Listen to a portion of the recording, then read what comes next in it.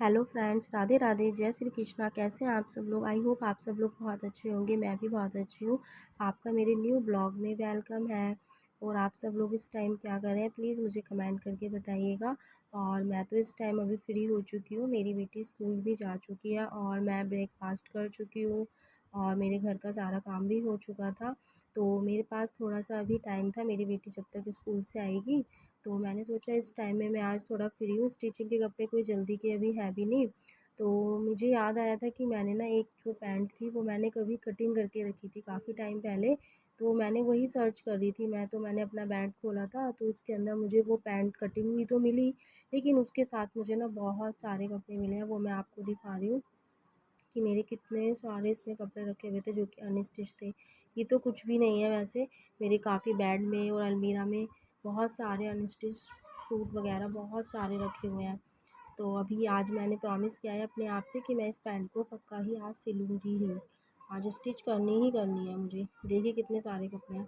तो मैं कैसे स्टिच करूँगी, कब करूँगी, कैसे करूँगी, ये सब मैं अपने न्यू ब्लॉग में आपको शेयर करूँगी। और अभी ना मैं आपको एक चीज़ दिखाती हूँ कि ग्रीन कलर का मेरा कुर्ता था।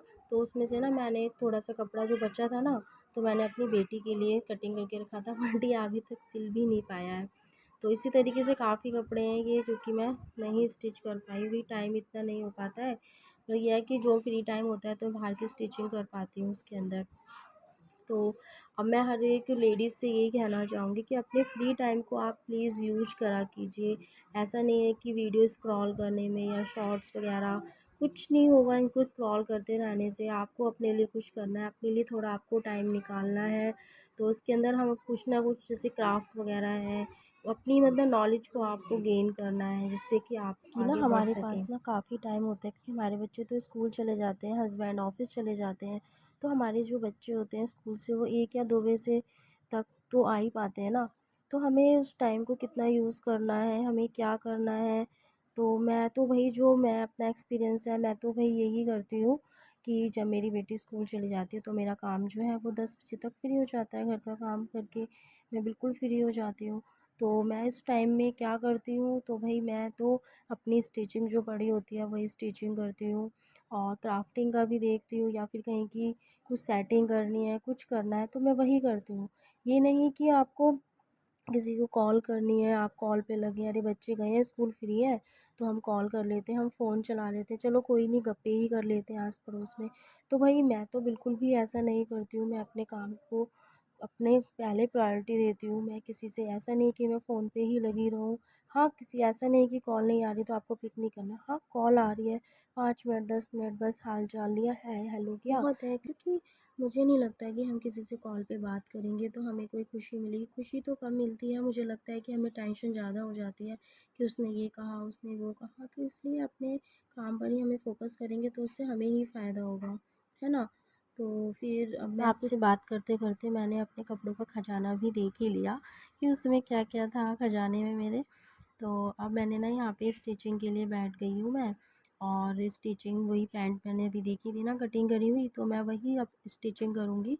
और देखती हूँ कि मैं कितनी देर में सिल पाऊँगी, इसे टाइम मिलेगा क्योंकि बेटी के आने का भी टाइम हो चुका है और मैं साथ में लंच भी प्रिपेयर कर रही थी।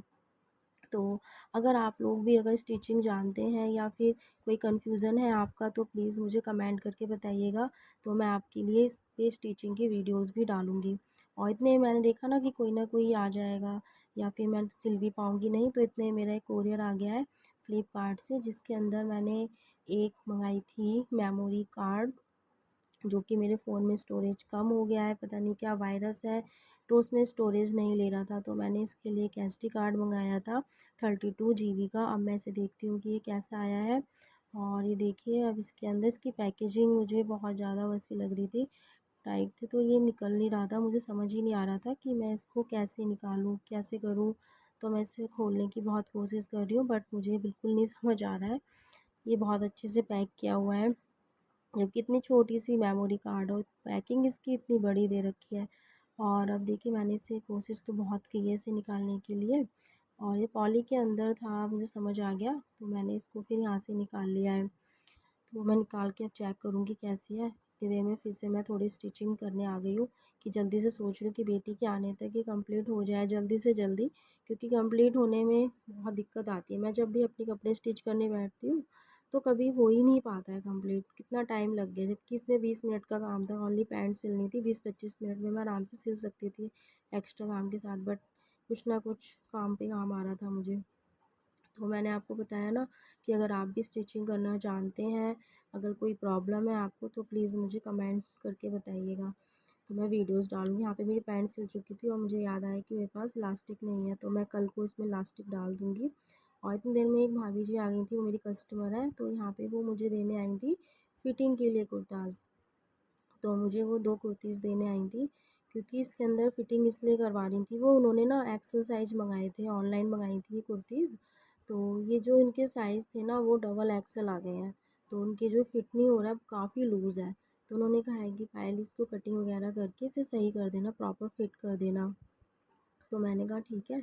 उनसे मैंने 2 दिन का टाइम लिया, मेरे पास अभी सिलाई पड़ी थी ब्लाउज़ वगैरह, तो मैं स्टिच करती। इतने में फिर मैं अपनी बेटी को देखा, स्कूल से आ गई थी, वो सो चुकी थी। तो मैंने इधर बेड खोल के देखा तो इसके अंदर देखिए कितना सामान फैला हुआ था, तो मैंने इसे जल्दी से थोड़ा सेट किया। फिर स्टडी का टाइम हो गया था, बेटी की 5:30 बज चुके थे, तो मैंने उसे स्टडी वगैरह कराई यहाँ पे। और सारी बुक्स वगैरह फैली हुई थी, तो मैंने अपनी बेटी से कहा कि बेटा जल्दी जल्दी इन्हें सेट करके रख दो। और जैसे कि मेरी तबीयत तो ख़राब आपको कल के ब्लॉग में लग ही गई होगी कि मुझे बहुत ज़्यादा कोल्ड और हल्का फ़ीवर भी था।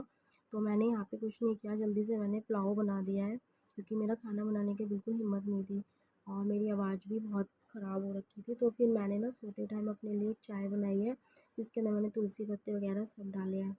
तो मैं यहाँ पे चाय पी रही थी, अब मैं सो जाऊँगी। तो अगर आपको मेरा ब्लॉग थोड़ा सा भी अच्छा लगा हो, थोड़ा सा भी इंटरेस्टेड लगा हो, तो प्लीज़ मेरे ब्लॉग को लाइक शेयर एंड सब्सक्राइब करिएगा। आपके सपोर्ट से ही मैं आगे बढ़ सकती हूँ। Tata, bye bye, Radhe Radhe, जय श्री कृष्णा। मिलते हैं हम न्यू ब्लॉग में। Bye bye, see you again.